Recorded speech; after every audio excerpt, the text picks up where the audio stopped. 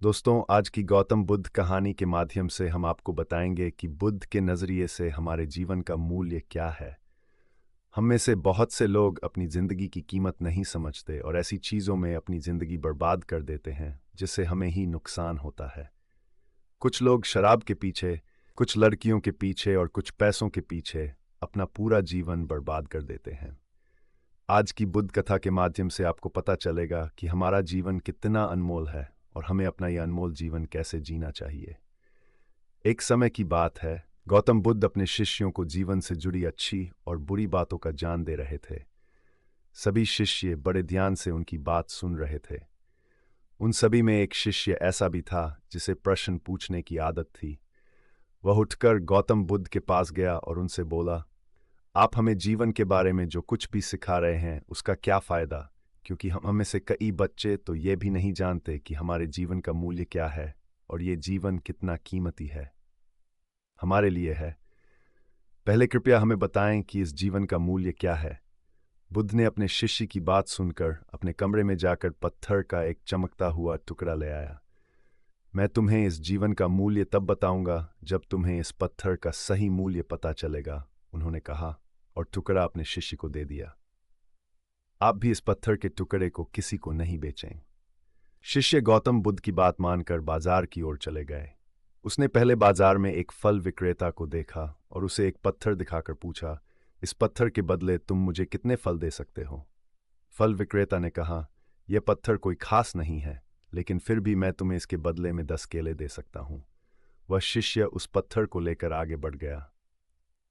तभी उनकी मुलाकात एक सब्जी बेचने वाले से हुई। शिष्य ने सब्जी विक्रेता से पत्थर की कीमत पूछी। इस पत्थर की कीमत के बदले मैं तुम्हें अधिक से अधिक सब्जियों से भरा एक थैला दे सकता हूं। सब्जी विक्रेता ने पत्थर को ध्यान से देखा। उस पत्थर को लेकर शिष्य एक सोने के व्यापारी के पास गया। पत्थर के उस टुकड़े की चमक देखते ही सुनार ने उसकी कीमत 100 सोने के सिक्के लगा दी। जब शिष्य ने टुकड़ा बेचने से इनकार कर दिया तो सुनार बदले में 200 सोने के सिक्के देने पर सहमत हो गया, लेकिन शिष्य ने वह पत्थर नहीं बेचा। इसके बाद शिष्य एक हीरे के व्यापारी के पास गया और पत्थर का टुकड़ा उसके सामने रख दिया। जैसे ही हीरे के व्यापारी ने उस पत्थर को देखा, उसने एक साफ कपड़ा बिछाया, उस पर पत्थर रखा, फिर उसकी परिक्रमा की और हाथ जोड़कर पत्थर को कपड़े में लपेटते हुए कहा, तुम जिसे साधारण समझ रहे हो उसकी कीमत पूछ रहे हो। दरअसल ये एक बहुमूल्य माणिक है। ऐसा माणिक हर किसी को नहीं मिलता।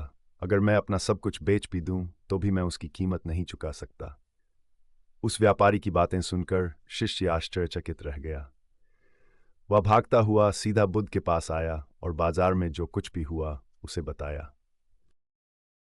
उसकी आश्चर्यचकित बातें सुनकर गौतम बुद्ध बोले, तुम्हारे प्रश्न का उत्तर इस माणिक के मूल्य में ही छिपा है। हमारा जीवन भी एक माणिक है। माणिक की तरह यह भी अनमोल है, लेकिन हम इस बात को हमेशा नज़रअंदाज कर देते हैं और अपने जीवन की कीमत नहीं समझते हैं। हम दूसरों को देखकर और उनके जैसा जीने की कोशिश करके अपने जीवन का मूल्य कम कर देते हैं। हम सोचते हैं कि हमारे जीवन का मूल्य वही है जो दूसरे हमें बताते हैं, लेकिन हमेशा याद रखें कि दूसरा व्यक्ति आपको अपनी स्थिति, बुद्धि और समझ के अनुसार महत्व देता है। जीवन केवल एक बार मिलता है, इसलिए इसे बर्बाद मत करो।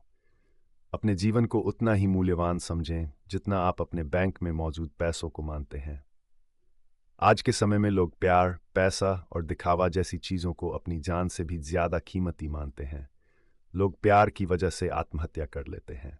पैसे के नाम पर वो ऐसे काम करने लगते हैं जिससे उनकी ज़िंदगी बर्बाद हो जाती है। नाम कमाने के नाम पर वो गलत काम करने लगते हैं। हमेशा याद रखें कि दिखावा करना ज़रूरी नहीं है। प्यार दोबारा पाया जा सकता है, पैसा दोबारा कमाया जा सकता है, लेकिन ज़िंदगी दोबारा नहीं पाई जा सकती। इसलिए अपना अनमोल जीवन अच्छे से जिएं। हर सेकंड का आनंद लें। कभी ये मत सोचो कि तुम इस दुनिया में किसी काम के नहीं हो। ये कभी मत सोचो कि तुम्हारा जीवन निरर्थक है। तुम्हारे होने या न होने से कोई फर्क नहीं पड़ता। जब भी आपके मन में ऐसे नकारात्मक विचार आएं, तो बस खुद को याद दिलाएं कि जीवन एक रत्न है और यह अमूल्य है।